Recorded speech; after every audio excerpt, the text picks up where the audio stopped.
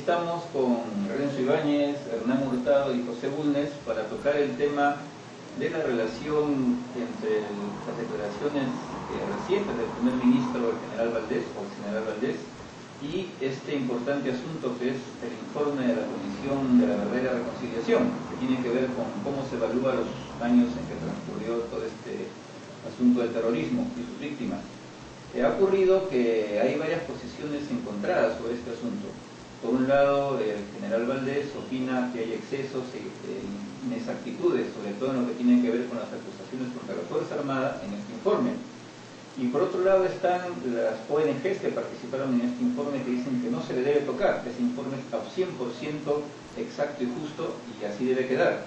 Pero bien sabemos que hay muchas cosas aún por investigar, muchos casos que no se han esclarecido y muchos desaparecidos que no se sabe en su paradero.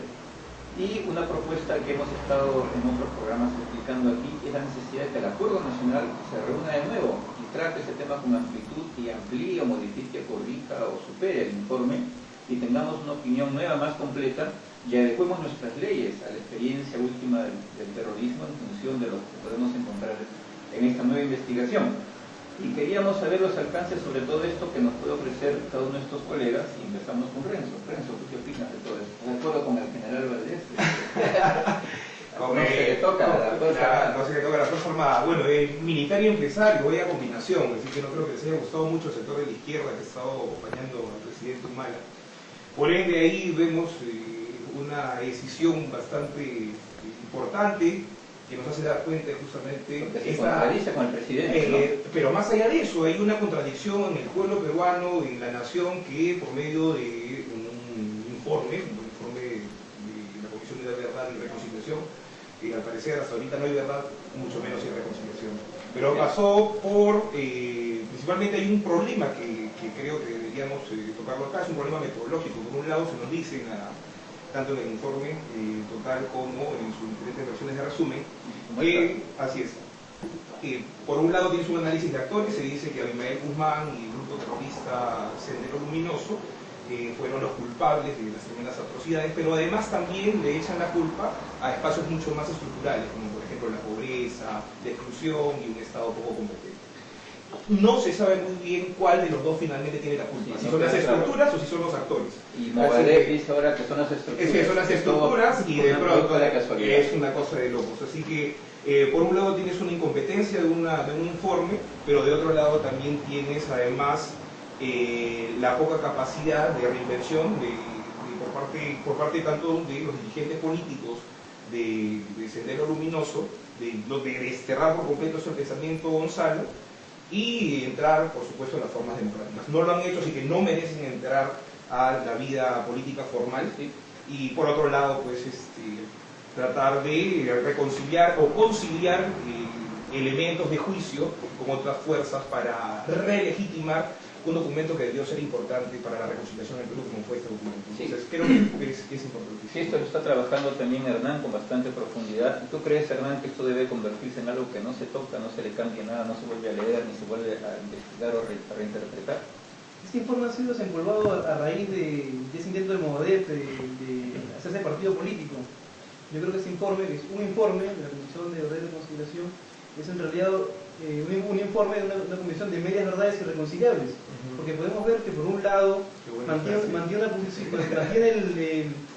el acápite de Sendero Luminoso como un partido político, lo cual le da ventajas y hasta citar a la Comisión de la Verdad para validarlo como un partido político. Al margen de la parte que les conviene, sobre todo. Totalmente, no debe ser así, no hay forma. Sí, lo que yo he visto que no está en este documento en ninguna parte es que quien inicia la violencia es Sendero Luminoso. La violencia ya está, y está la Fuerza Armada, y está Sendero Luminoso, y se ponen en una balanza quién hizo qué, pero no aparece quién inició, quién es el causante. Y lo más incoherente que fue un momento de apertura democrática luego de la constituyente de 1979. Eso tampoco se menciona. O sea, nos entramos a la legalidad, a la democracia, a la libertad, a la paz social, y de pronto estos locos, ¿no?, comienzan con toda esta guerra. Y en esa línea, esas medias verdades reconciliables no se pueden sacramentar con un informe monolítico. Por el contrario, se debe ahondar más en el tema. Ya están las condiciones dadas. Claro, además hay muchas víctimas que hace falta saber qué pasó con ellas. Además el tiempo objetiva la historia. Totalmente. ¿Qué opinas, José? Bueno, en efecto, debe haber una revisión de este texto, de ese documento, pero vamos a preguntarnos cuál va a ser la voluntad política, ¿no? política de los que han sido parte de la elaboración de este documento. Vamos a ver si un Carlos Tapia estaría dispuesto a una revisión de las fuentes, a un análisis más concienzudo y que las fuentes, digamos, no sean monolíticas. ¿Por qué simplemente, o por qué solamente los que son inclinados a una postura comunista o izquierda, llamémosle caviar o como fuese, por qué siempre ellos son los abanderados o los que planean la bandera de la verdad?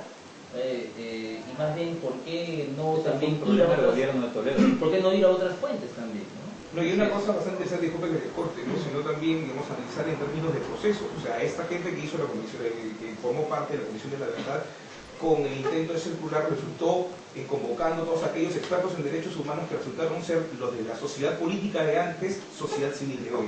Entonces, digamos, ¿cuál es el informe objetivo, ¿no? Y finalmente no reúne, digamos, las condiciones como para poder creer en todos los sectores que hoy siguen vivos, ¿no? Y hay que también hacer una suerte de gran pregunta, ¿no?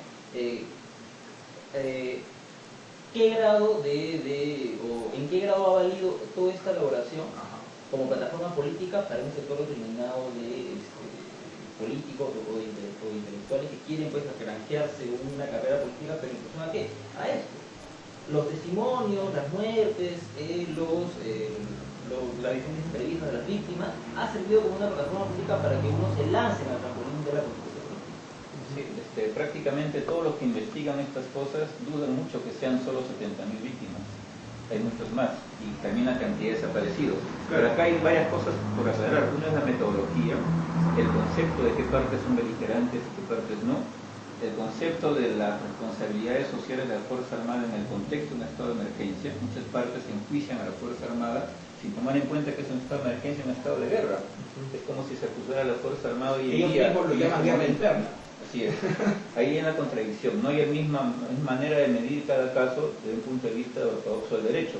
Y lo otro está el falso concepto de lo que representa el Sendero Luminoso. Eso está equivocado desde el comienzo hasta el final en el informe. No es un grupo terrorista, saboteador, insurgente contra el Estado, sino es una fuerza social beligerante. O sea, atribuye a la sociedad expresarse a través del Sendero Luminoso, y eso no se puede aceptar. Permíteme, esto trae a colación también la cosa esta de la ley de apología del terrorismo, claro, que se fundamenta en parte en lo y que está muy mal hecha en lo de la Comisión de la Verdad. Eso, por un decreto legislativo de la época de Toledo, la ley de apología del terrorismo no es una ley, se contradice con su definición. Por ejemplo, si uno en Alemania pinta la esvástica en una pared, va preso. Y si dice Heil Hitler también. Pero aquí apología del terrorismo solamente puede ser válida si es apología de un delito penal, tipificado como parte o sea, si secuestras, si matas, claro, si metes una bomba, recién te meten a la cárcel. Si dices, viva la bomba de Tarata, qué bien que mataron a esa gente, qué bien que viva la muerte del general tal o el general cual que fue asesinado por libertad de expresión. Sí. Pero no se sanciona la apología del pensamiento Gonzalo, la y hay una cosa que llama la atención. Eso tiene una limitación, pero a la hora de juzgar hay un margen bien terrible de qué cosa es apología y delito o no. Hay una cosa también porque se confunde asociación con el delito con apología, y eso es una total situación que no permite juzgar adecuadamente a quienes se confabulan para promover y defender el pensamiento Gonzalo. También una razón más para revisar y criticar los CBR, ¿no? Y para que eso suceda, yo creo que había que tener en cuenta una cosa, que se democratice la capacidad de financiamiento de las investigaciones. ¿Por qué solamente un grupo, un grupo intelectual de la Universidad Privada Católica tiene este derecho para llevar a cabo, digamos, estas empresas de investigación? ¿Por qué no otros grupos? ¿Por qué no otros colectivos? ¿Por qué solamente todo se enfoca y por qué solamente solamente invierten en estos grupos? No, que se descentralice y democratice la capacidad de gestión y de... La terminología le hace concesiones fuera del marco del derecho a estas corrientes. Hugo, hay una cosa que también debe llamar la atención y por supuesto con tremenda preocupación lo decimos todos, o sea, la capacidad de procesar la historia, ¿no? De estos chicos que han salido totalmente hipnotizados, ¿no? Por una versión maniquea, fantasiosa, real maravillosa que les han metido en la cabeza por parte de esos dirigentes Movadef. Para mí ha sido impresionante, o sea, pareciera que te das cuenta que para que cale ese discurso en un universitario ya con una racionalidad política importante, tiene que haber también un colchón en la secundaria y en la primaria que te permita también filtrar estas cosas, vale decir, ¿qué ha pasado en la primaria y la secundaria de todos estos chicos para que el discurso de Sendero Luminoso, del pensamiento de Gonzalo, que no se ha reinventado, que sigue siendo el mismo, vaya a calar tan hondo? O sea, tenemos un problema Es una respuesta muy simple. El monopolio del SUTE. El monopolio del SUTE por un lado. Así es, terrible. Y ahora ahí tienes la ministra de Educación, que sin embargo no ejerce ninguna. No sé, ministra de Educación, ministra de su iglesia. ¿No? Ahora, Con todo el respeto que nos merecen todos los credos. gigantes y todos los credos. Otra llamada de atención es lo que mencionaba Valdés sobre la teatralización de las víctimas, me parece también un exabrupto de parte del primer ministro y se contradice con el presidente. Entonces, eso Claro. pone en víctima a quienes han hecho el informe. Eso da que cuenta, depende del informe. así es, eso da cuenta, ¿no? Y da cuenta, por supuesto, de una poca reconciliación, en todo caso, la falta de legitimidad que tiene este informe para poder reconciliarnos a todos. Sí, Parece que el oficialismo no se pone de acuerdo todavía con el tema. Para concluir, tenemos que decir que esto está obsoleto, metodológicamente está equivocado, estadísticamente es insuficiente, políticamente es insuficiente, no permite con esto prevenirnos frente al fenómeno terrorista que puede reaparecer. Siempre es un documento importante que se puede reinventar. Pero lo más fundamental es que hace falta a nivel nacional un acuerdo para reexaminarlo, retrabajarlo y llegar a una nueva versión más completa y más sólida de lo que esto debe Sí, porque ser. además pareciera que en los textos escolares solamente el terrorismo estaba en Ayacucho y en... La historia acaba Sí. en número 1. Se va el tren eléctrico. Nos vemos. Hasta luego.